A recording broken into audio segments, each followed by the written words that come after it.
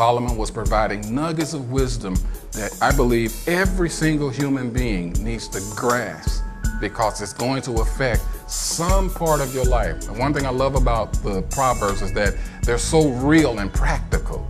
We're actually taking the time to go through this first chapter of Proverbs and look at what Solomon was actually dealing with and what he was talking to us about and how it affects our lives in very specific ways.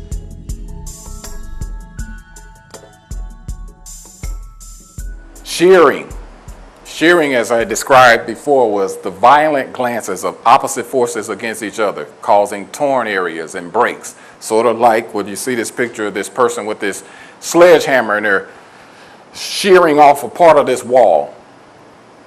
Many people have been through shearing. It's a violent, well, let me just read it. Many of us are not only broken because of the tension of the flesh and the compressions of life, but we've been seriously damaged due to the violent encounters in life. Shearing. The results of shearing are that parts and pieces are torn off.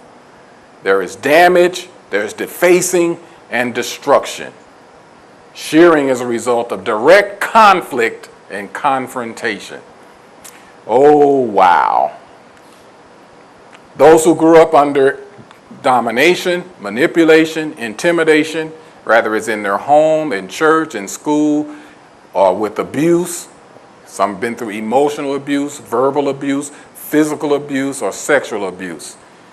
Acts of violence, if you've been through divorce, desertion, or faced with all of these situations, you are faced with the effects of shearing and how it has shaped your outlook on life.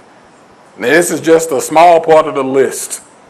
But if you grew up under domination and under manipulation and under intimidation, if you grew up being abused emotionally, verbally, physically, or sexually, if you've been a victim of an act of violence, an assault, or somebody robbed you like at gunpoint or beat you up, jumped on, bullied at school, if you've been through a divorce, if you've been through a desertion, whether it's a mom or dad left or a husband left or a wife left, you are dealing with the effects of shearing in your life.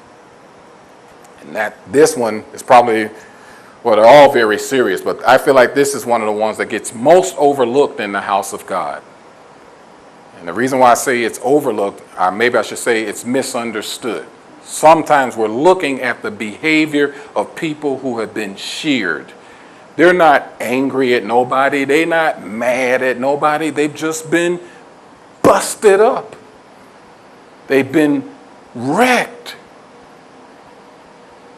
That's what's happening in their life. There's been a defacing. There's been destruction. It's been very, very serious.